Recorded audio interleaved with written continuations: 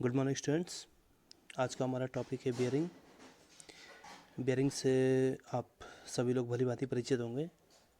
Bearing का इस्तेमाल मशीनों में और इंजन आदि में किया जाता है। तो सबसे पहले बात कर लेते हैं हम इसके इंट्रोडक्शन की कि बियरिंग क्या चीज़ है, कहाँ पे इस्तेमाल करते हैं। तो बियरिंग जो है मशीनों के स्पिंडल और लंबी शाफ्टों को सहारा देने के लिए और पुर्जों को सही स्थिति में रखने के लिए जिस साधन का प्रयोग किया जाता है उसे हम बियरिंग कहते हैं। इसके निम्नलिखित प्रकार के उपयोग हैं, जैसे कि पहला है शाफ्ट को सही स्थान पर पकड़ने और गाइड करने के लिए इसका इस्तेमाल किया जाता है। शाफ्ट को चलाते समय घर्षण कम करने के लिए इसका इस्तेमाल करते हैं। शाफ्ट को सहारा और स्पिंडल को सहारा देने के लिए इसका इस्तेमाल किया जाता है। और शाफ्ट को बिना किसी रुकावट के चलाने और गति को तेज करने के लिए हम लोग बियरिंग का उपयोग करते हैं। तो ये आप देख रहे हैं, बियरिंग ये यहाँ पे लगा होता है।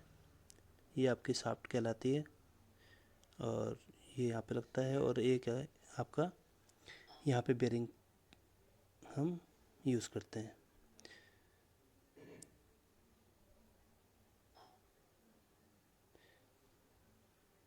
अब बात कर लेते हैं इसके हम धातु की, कि बेरिंग में हम कौन कौन से मेटल का हम इस्तेमाल करते हैं। तो बेरिंग जो बनाए जाते हैं वो निम्नलिखित प्रकार से कई धातुओं से बनाए जाते हैं। सबसे पहला जो इसमें यूज़ होता है वो है आपका ब्रास। ब्रास आप जानते हो, इसको हम पीतल कहते हैं। इसमें 70% जिंक और 30% तांबे की मिश्र धातु होती है। इसका प्रयोग प्राय बुश स्प्लिट और जनरल बेरिंग बनाने के लिए किया जाता है। ये बेरिंग के दो मेन प्रकार होते हैं, जिनमें से एक आपका जनरल बेरिंग होता है। तो ये हम आगे चर्चा करेंगे, ठीक है। अभी हम बात कर लेते हैं और हम मटेरियल इसमें हम कौन कौन से यूज़ कर रहे हैं। अभी हम मेटल का आपसे बात कर रहे हैं कि मेटल हम कौन कौन से यूज़ करते हैं। आगे हम बात करेंगे कि नॉन मेटल हम इसमें क्या क्या यूज़ करते हैं। तो दूसरा आता है आपका गन मेटल। गन मेटल क्या होता है कि यह भी एक ब्रास की अपेक्षा एक हार्ड धातु होती है। यह कॉपर, जिंक और टिन की मिश्र धातु है। पीतल और गन मेटल में क्या फ़र्क है? इसमें आपका टिन और टिन अलग से मिला हुआ होता है। इस धातु पर पानी और वातावरण का असर कम होता है। यह कोरोजन का प्रतिरोधी होता है। कोरोजन मतलब जंग का प्रतिरोधी होता है। अगला जो मेटल हम यूज़ करते हैं वो है आपका ब्रॉन्ज। ब्रॉन्ज क्या होता है? यह 88% तांबा, 10% टिन और 2% लेड का वाला है। यह ब्रास की अपेक्षा हार्ड होता है। इसे आसानी से कास्ट किया जाता है। इसका प्रयोग बुश तथा जनरल बेरिंग बनाने के लिए किया जाता है। अगला जो हमारा मटेरियल है वो है फॉस्फर ब्रॉन्ज। यह क्या होता है? यह धातु साधारण ब्रॉन्ज की अपेक्षा अधिक हार्ड होती है। यह नमक के पानी एवं कोरोजन का प्रतिरोधी होता है। प्राय साधारण कार्यों की बेरिंग बनाने के लिए इस धातु का प्रयोग किया जाता है। इसके अलावा हम manganese bronze, white metal. White metal क्या होता है? यह धातु 93% टीन, 3.5% कॉपर, 3.5% एंटीमनी का अलाय होती है। इसमें हार्डनेस एवं लो मेल्टिंग पॉइंट का गुण होता है। इस धातु का प्रयोग शेल बेरिंग की लाइनिंग के लिए किया जाता है। बेबिट मेटल, ये धातु क्या होती है? ये धातु 87.75% टीन, 4% तांबा, 8.25% एंटीमनी का अलाय है। इस धातु का प्रयोग भी सेल बेरिंग में लाइनिंग करने के लिए किया जाता है। अगला जो मटेरियल हमारा है वो है, सबसे ज़्यादा यूज होता है कास्ट आयरन। यह एक सस्ती धातु होती है। यह हल्के भार व धीमी गति के लिए उपयोगी होती है। इसके अलावा जो हम नॉन मेटल मटेरियल जो हम यूज़ करते हैं उसमें हमारा सबसे पहले आता है प्लास्टिक्स। ये आप देख रहे हैं बेयरिंग के लिए सिंथेटिक मटेरियल है ये। तो प्लास्टिक क्या होता है? प्लास्टिक आप जानते ही हैं, लेकिन जो इसमें यूज़ होता है वो एक अलग तरीके का प्लास्टिक होता है, जिसको हम फिनोलेक्स या नायलॉन आदि हम कहते हैं। इसका फ़ायदा ये है कि इस पर जंग नहीं लगता, आवाज़ कम होती है, हम इसे आसानी से विभिन्न प्रकार में मोल्ड किया सकता है और लुब्रिकेशन की इसमें आवश्यकता नहीं होती है। बेयरिंग के लिए कई प्रकार के बेयरिंग मटेरियल प्रयोग में लाए जाते हैं, जैसे फिनोलेक्स और नायलॉन आदि। ये बच्चों के खिलौने वगैरह आपने देखे होंगे, उसमें जो बेयरिंग यूज़ होते हैं उसमें इस तरह के प्लास्टिक के बेयरिंग हम इस्तेमाल करते हैं। अगला आता है लेमिनेटेड फिनोलेक्स। ये भी एक इसी तरीके का मटेरियल होता है। और नायलॉन होता है, टेफ्लॉन होता है। ये एक नॉन मेटेलिक मटेरियल हैं जिनका हम इस्तेमाल करते हैं बेयरिंग बनाने के लिए। अब बात आती है कि बेयरिंग के प्रकार क्या होते हैं। बेयरिंग जो होते हैं आपके मुख्यतः दो प्रकार के होते हैं। सबसे पहला होता है आपका प्लेन फ्रिक्शन बेयरिंग और दूसरा होता है anti friction bearing. Plain friction bearing, इसको हम जनरल बेयरिंग भी कह देते हैं, ठीक है। प्लेन फ्रिक्शन बेयरिंग, अब इसके जो प्रकार हैं उनकी हम आगे चर्चा कर लेते हैं। इसके जो मुख्य प्रकार हैं वो क्या क्या हैं। सबसे पहले इसमें बात आती है, सबसे पहले आता है आपका सॉलिड बेयरिंग। ये आप देख रहे हैं, सबसे पहले आता है आपका सॉलिड बेयरिंग। सॉलिड बेयरिंग क्या होता है कि एक नॉर्मल एक बुश टाइप का होता है और इसको हम बेयरिंग के उसमें यूज़ करते हैं। और अगला आता है आपका self aligning Bush bearing. Self aligning का मतलब ये है कि ये आपकी जो शाफ्ट होती है उसके अकॉर्डिंग ये थोड़ा सा एडजस्ट कर लेता है, तो इसको हम सेल्फ अलाइनिंग बुश बेयरिंग कहते हैं।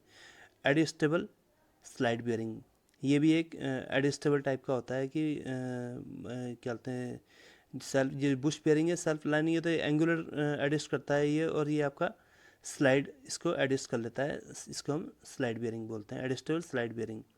अगला आता है आपका स्प्लिट बेयरिंग। स्प्लिट बेयरिंग का मतलब ये है कि ये दो टुकड़ों में दो पीस में बना हुआ होता है, इसलिए इसको हम स्प्लिट बेयरिंग कहते हैं। अगला आता है आपका थ्रस्ट बेयरिंग। थ्रस्ट बेयरिंग क्या होता है कि ये आपका क्या बोलते हैं उसे, जैसे आपका नॉर्मल बेयरिंग है, नॉर्मल बेयरिंग में जो आपका क्या बोलते हैं लोड पड़ता है शाफ्ट का, जो लोड पड़ता है बेयरिंग पे, तो वो लंबवत पड़ता है, यानी कि परपेंडिकुलर शाफ्ट का लोड सहन करते हैं जो अदर बेयरिंग होते हैं। लेकिन जो ये आपका थ्रस्ट बेयरिंग होता है वो शाफ्ट के समानांतर उसको लोड को झेलता है। जैसे ये आपका क्या है, शाफ्ट है, तो ये अगर बेयरिंग लगा हुआ है इस तरह का, तो ये लोड आपका कहाँ पड़ रहा है, नीचे की तरफ। अगर ये लोड आ रहा है तो ये कौन सा है, नॉर्मल बेयरिंग है। लेकिन अगर लोड आपका शाफ्ट की ही दिशा में आ रहा है तो ये कहलाएगा आपका थ्रस्ट बेयरिंग, ठीक है। तो अभी हम आगे इसको ढंग से पढ़ेंगे, आपका क्लियर हो जाएगा थ्रस्ट बेयरिंग क्या होता है।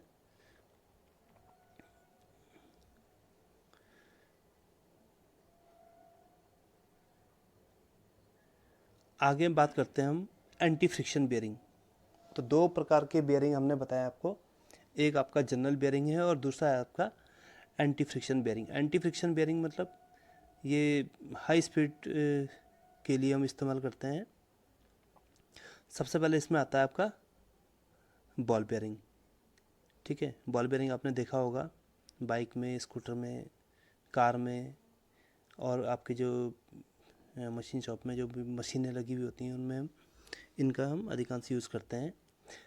तो बॉल बेयरिंग, इसके भी आपके कई प्रकार हैं। जैसे पहला प्रकार है आपका सिंगल रो बॉल बेयरिंग। इसमें क्या होती है, जो आपके क्या बोलते हैं ऐसे बॉल्स होती हैं वो क्या होती हैं, एक लाइन में होती हैं, तो इसको हम सिंगल रो बॉल बेयरिंग कहते हैं। इसका फ़ायदा क्या होता है कि ये आपका मैक्सिमम अधिकतम स्पीड पे हम इसका इस्तेमाल करते हैं, जहाँ पे मशीन की स्पीड ज़्यादा हो लेकिन लोड कम हो, वहाँ पे सिंगल रो बॉल बेयरिंग का यूज़ किया जाता है। फिर अगला आता है आपका डबल रो बॉल बेयरिंग, जहाँ पर क्या बोलते हैं आपकी मशीन की स्पीड भी ज़्यादा होती है और आपका लोड भी ज़्यादा होता है, तो वहाँ पे हम डबल रो बॉल बेयरिंग का हम यूज़ करते हैं। अगला आता है आपका सेल्फ अलाइनिंग बॉल बेयरिंग। ये भी एक तरह का इस तरह का बेयरिंग होता है जहाँ पे ये थोड़ा सा जो आपकी शाफ्ट है उसमें थोड़े बहुत अगर अलाइनमेंट की आवश्यकता है तो ये एडजस्ट कर लेता है। अगला आता है आपका कोणीय संपर्क बॉल बेयरिंग, यानी कि एंगुलर कॉन्टैक्ट बॉल बेयरिंग। और अगला आता है आपका थ्रस्ट बॉल बेयरिंग, ठीक है। ये है आपके बॉल बेयरिंग के प्रकार। अगला आता है आपका रोलर बेयरिंग। रोलर बेयरिंग क्या होते हैं कि इसमें जो क्या होते हैं, बॉल की जगह इसमें रोलर लगे होते हैं। तो इसके भी प्रकार हैं हमारे self aligning roller bearing, needle roller bearing और टेपर्ड रोलर बेयरिंग।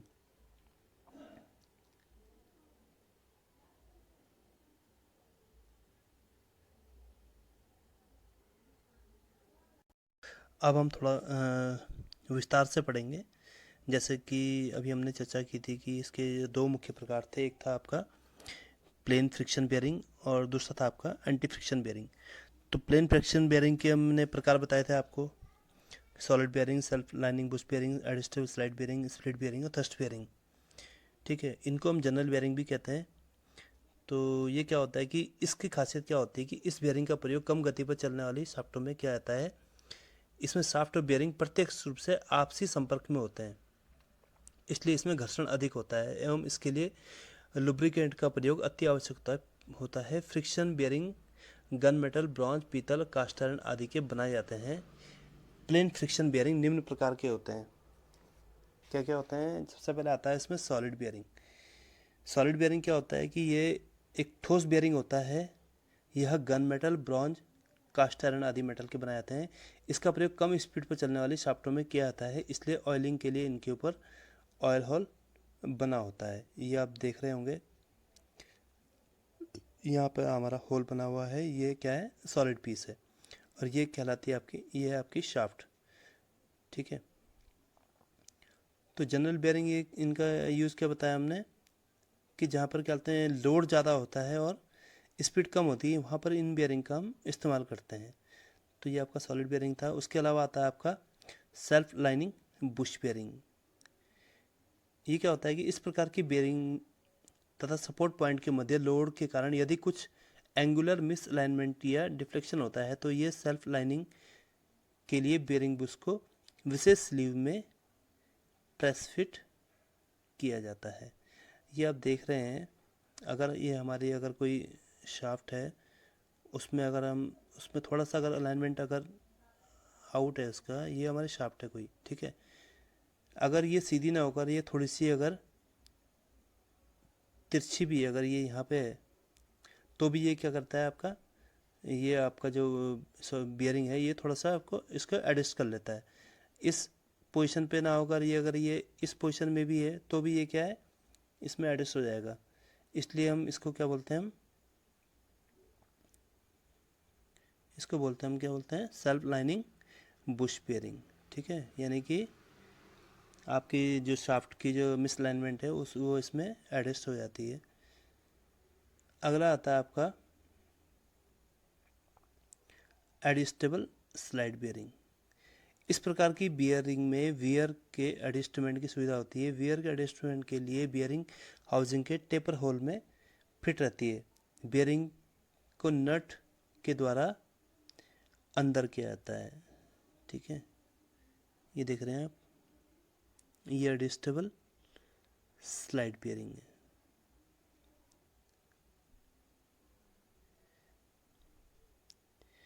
अगला आता है आपका स्प्लिट बियरिंग।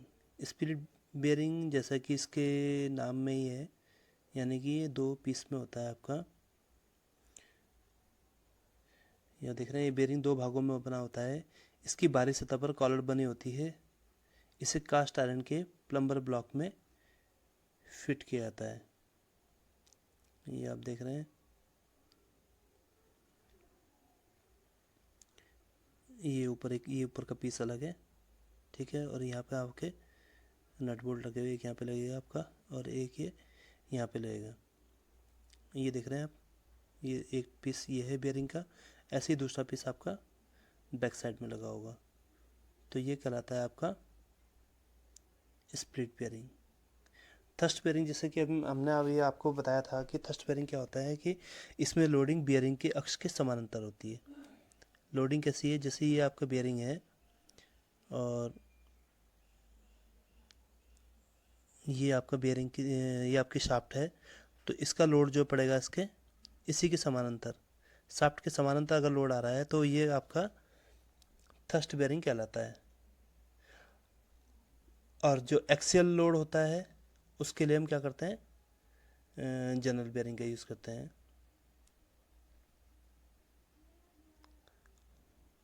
ये आपका थ्रस्ट बेयरिंग है।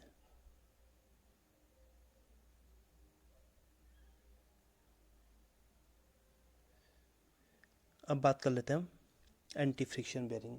एंटी फ्रिक्शन बेयरिंग क्या होता है? इस प्रकार के बेरिंग में शाफ्ट और बेरिंग प्रत्यक्ष रूप से संपर्क में नहीं होते, बल्कि बेरिंग और शाफ्ट के मध्य रोलर वो बॉल्स फिट होते हैं, जिससे शाफ्ट इनके ऊपर आसानी से घूमती है। इसमें कांटेक्ट एरिया केवल बिंदु या रेखा ही होती है। इसमें घर्षण कम होता है। इसका प्रयोग अधिक या कम लोड व अधिक या कम स्पीड पर किया जाता है।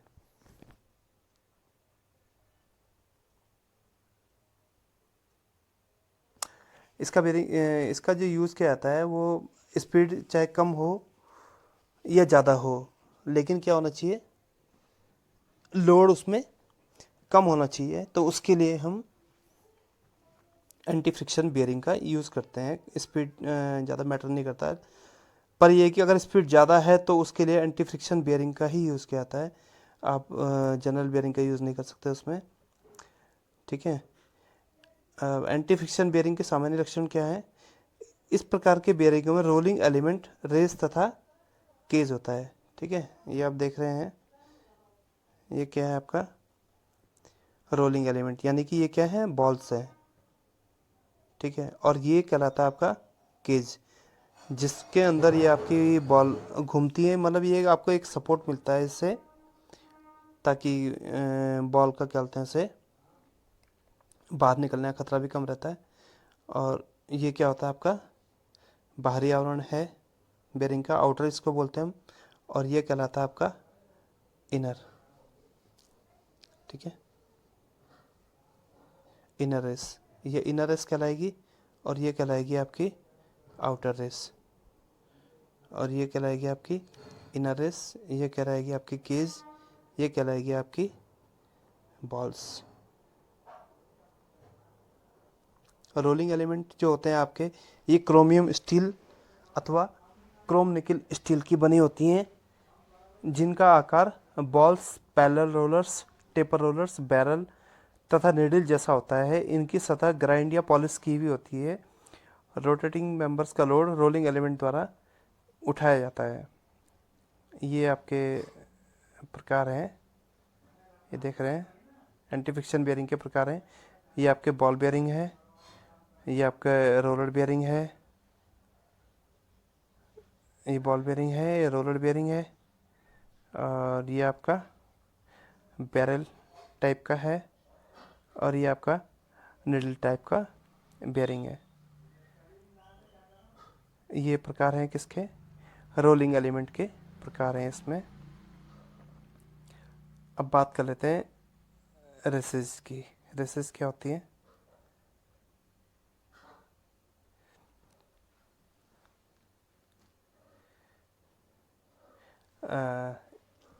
अभी आपको बताया हमने, दो रेस होती हैं, एक होती है आपकी आउटर रेस और एक होती है आपकी इनर रेस, ठीक है। ये क्या होते हैं कि हाई ग्रेड क्रोमियम स्टील या क्रोम निकल स्टील के बनाए जाते हैं। ये हार्ड ग्राइंड तथा पॉलिश किए हुए होते हैं। इनर तथा आउटर रेस में ग्रूव्स का रेलवे होता है, जो रोलिंग एलिमेंट को गाइड करते हैं। अगला आता है आपका कीज। कीज क्या होता है? ये प्लास्टिक या ब्रास स्टील के बने होते हैं। प्रत्येक रोलिंग एलिमेंट अन्य से केस के द्वारा अलग अलग रहता है। जो आपके बॉल्स होती हैं या रोलर होते हैं, वो क्या करता है, इसको जो केस होते हैं वो क्या करते हैं, पृथक करते हैं, बीच में डिस्टेंस बना के रखते हैं। तथा रोलिंग एलिमेंट तथा केज इनर तथा आउटर रेस के मध्य होते हैं। उचित फिट तथा रोलिंग एलिमेंट्स केज में रखे जाते हैं।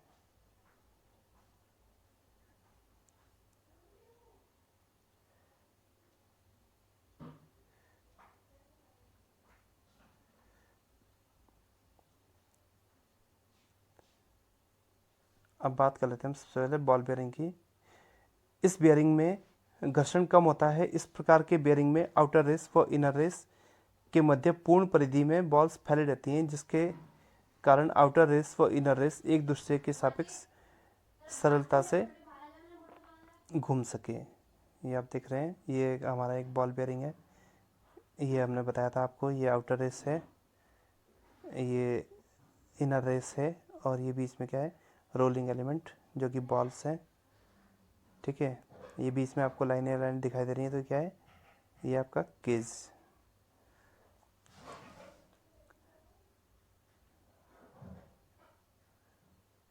कार्य के अनुसार कई प्रकार के बॉल बेरिंग हम प्रयोग करते हैं। जैसे पहला आता है इसमें सिंगल रो बॉल बेरिंग। जैसा कि इसके नाम में ये सिंगल रो बॉल बेरिंग, यानी कि इसमें जो बॉल्स होती हैं वो एक लाइन में होती हैं। जिन बेरिंग में बाहरी और भीतरी रिंगों में केवल एक ही खांचा कटा होता है, जिसमें गोलियों की एक ही रो होती है, इसलिए इसे सिंगल रो बॉल बेरिंग कहते हैं। जहां स्पीड अधिक हो और भार चारों ओर से हो, वहां इसका प्रयोग किया जाता है। ठीक है, स्पीड ज़्यादा होती है तथा लोड उसमें कम होता है और भार जो है वो चारों ओर डिवाइड रहता है, तो वहाँ पर यूज़ करते हैं हम सिंगल रो बॉल बेरिंग। अगला जो आता है आपका डबल रो बॉल बेरिंग, यानी कि इस प्रकार के बॉल बेरिंग में बाहरी और भीतरी रिंग में दो ग्रूव कटे होते हैं, जिसमें बॉल्स की दो रो होती हैं और केज में दो गोलियां सेट होती हैं, तो ये कहलाती है आपकी डबल रो बॉल बेरिंग। ये आप देख रहे हैं, ये हमारा है डबल रो बॉल बेरिंग। हालांकि इस जो बुक है इसमें फिगर सही नहीं दे रखी है, इसमें फिगर बनाई हुई है डबल रो बॉल बेरिंग की, लेकिन लिखा हुआ है सेल्फ लाइनिंग बॉल बेरिंग, जबकि ये आपका क्या है, डबल रो बॉल बेरिंग है। अगला आता है आपका सेल्फ अलाइनिंग बॉल बेरिंग। जैसा हमने आपका उसमें फ्रिक्शन टाइप के जो बेरिंग है उसमें भी पढ़ा होगा हमने कि सेल्फ अलाइनिंग बेरिंग, ऐसे ही आपका ये एंटी फ्रिक्शन बेरिंग है, इसमें भी आता है आपका सेल्फ अलाइनिंग बॉल बेरिंग। ये क्या होता है, इस बेरिंग में आउटर रेस में गोलाकार बोर होता है। यह बेरिंग जनरल लोड को उठाती है जो शाफ्ट के मिस अलाइनमेंट के कारण कुछ झुकी हुई होती है, यानी कि थोड़ा सा अगर शाफ्ट झुकी हुई होती है तो यहाँ पर ये बेरिंग क्या करता है, थोड़ा सा एडजस्ट कर लेता है। अगला आता है हमारा एंगुलर कॉन्टैक्ट बॉल बेरिंग। ये देखिए, ये हमारा क्या है, ये एंगुलर कॉन्टैक्ट बॉल बेरिंग है। ये आपका इनर रेस है, इनर रेस में भी इधर से कहते हैं ये एंगल में है, और जो आउटर रेस है वो भी एक साइड से क्या है, एंगुलर है। तो ये होता है आपका एंगुलर कॉन्टैक्ट बॉल बेरिंग। इस प्रकार के बेरिंग एक्सियल थ्रस्ट के साथ साथ रेडियल लोड सहन करने योग्य भी होते हैं। तो दो प्रकार के लोड अभी हमने डिस्कस किए हैं कि एक होता है आपका एक्सियल लोड और एक होता है आपका रेडियल लोड। एक्सियल लोड क्या बताया हमने, ये हमारी शाफ्ट है, ठीक है, ये जो नीचे को जो हमारा क्या कहते हैं इसे लोड आएगा तो वो क्या कहलाता है, हमारा रेडियल लोड, यानी कि शाफ्ट के लंबवत। और शाफ्ट के जो पैरेलल जो लोड आता है उसको बोलते हैं हम एक्सियल लोड।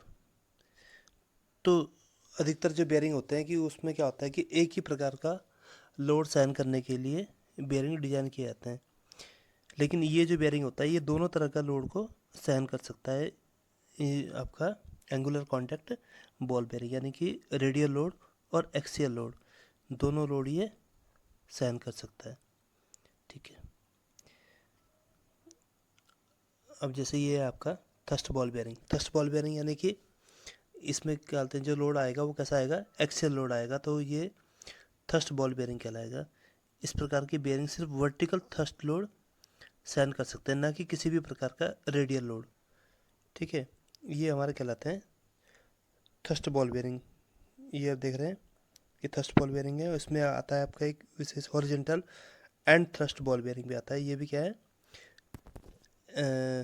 कौन सा लोड, यानी कि एक्सियल लोड सहन करने के लिए बनाए जाते हैं, ये कहलाते हैं आपके थ्रस्ट बॉल बेरिंग। अगला आता है आपका रोलर बेरिंग। रोलर बेरिंग क्या होता है कि इसके जो क्या कहते हैं उसे रोलिंग एलिमेंट हैं वो कैसे होते हैं, हमारे रोलर की शेप में होते हैं। जहाँ पर हमारा लोड अधिक होता है वहाँ पर हम रोलर बेरिंग का इस्तेमाल करते हैं। रोलर बेरिंग आउटर मेंबर तथा इनर मेंबर में खांचा बनी हुई रेस के साथ मिलती है। किस प्रकार की रेस को लॉक करने की आवश्यकता है इस पर निर्भर करता है। रोलर बेरिंग रेडियल लोड को उठाने तथा समान साइज की बॉल बेरिंग से अधिक रेडियल लोड को उठाने के लिए बनी होती है, यानी कि रेडियल लोड जहाँ पर अधिक होता है वहाँ पर इसका हम यूज़ करते हैं रोलर बेयरिंग का। रोलर बेयरिंग का भी फिर एक दूसरा प्रकार है, वो है आपका self aligning roller bearing. Self aligning roller bearing के आउटर रेस में गोलाकार तथा बैरल आकार के रोलर होते हैं। अत्यधिक भारी रेडियल लोड के लिए डबल रोलर बेयरिंग भी उपलब्ध हैं। ठीक है, ये आप देख रहे हैं सेल्फ लाइनिंग रोलर बेयरिंग। अगला आता है आपका निडिल रोलर बेयरिंग। इसका यूज़ कहाँ पर करते हैं? इसका यूज़ वहाँ पर क्या आता है, जहाँ पर क्या बोलते हैं इसे, कोई जैसे कोई हमारा छोटा इंजन है, वहाँ पे जगह कम होती है, तो कम जगह पे अगर हमें कोई बेयरिंग सेट करना हो तो वहाँ पे हम निडिल रोलर बेयरिंग इस्तेमाल करते हैं। या निडिल बेयरिंग का उपयोग हाउसिंग में सीमित स्थान के कारण बेयरिंग का बाहरी व्यास प्रतिबंधित होने वाले स्थान पर किया जाता है। यानी कि जो आपका गलती से आउटर रेस के लिए वहाँ पर जगह कम होती है, तो वहाँ पे हम निडिल रोलर बेयरिंग का यूज़ करते हैं। जैसे अब ये देख रहे हैं, ये कौन सा है हमारा निडिल रोलर बेयरिंग है। लेकिन यहीं पर अगर हम क्या बोलते हैं, हमारा बॉल बेयरिंग अगर हम यूज़ करते तो हमारा बेयरिंग का साइज़ हमारा इतना बढ़ जाना था। इनर रेस का साइज़ तो हमारा वही है, सेम सेम इसी इनर रेस में हमारा क्या है, बॉल बेयरिंग अगर हम यूज़ कर रहे हैं तो साइज़ हमारा बढ़ रहा है। लेकिन ये क्या हो रहा है, हमारा शाफ्ट सेम है, सेम शाफ्ट में हम निडिल रोलर बेयरिंग हम कम स्थान में यूज़ कर सकते हैं। तो इसका फ़ायदा क्या है, सीमित स्थान के कारण बेयरिंग का बाहरी व्यास प्रतिबंधित होने वाले स्थान पर इसका उपयोग किया जाता है। ये बहुत छोटे व्यास के होते हैं। अगला आता है आपका टेपर्ड रोलर बेयरिंग। यानी कि इसमें जो रोलर इस्तेमाल होते हैं वो कैसे होते हैं, टेपर्ड होते हैं। इस प्रकार की बेयरिंग को उच्च एक्सियल थ्रस्ट लोड को लेने के लिए उपयोग किया जाता है। अर्थात जहाँ रेडियल लोड की अपेक्षा एक्सियल थ्रस्ट अधिक होता है, वहाँ पर कम टेपर कोण वाले रोलर बेयरिंग का उपयोग किया जाता है। ये बेयरिंग केवल एक दिशा में थ्रस्ट लेने के लिए बनाई जाती है। जहाँ पर विपरीत थ्रस्ट हो वहाँ पर बेयरिंग को विपरीत दिशा में एक जोड़े में माउंट किया जाना चाहिए। तो आज हमने बेयरिंग के बारे में पढ़ा है। आशा है आप लोगों को काफ़ी कुछ समझ आ गया होगा। धन्यवाद।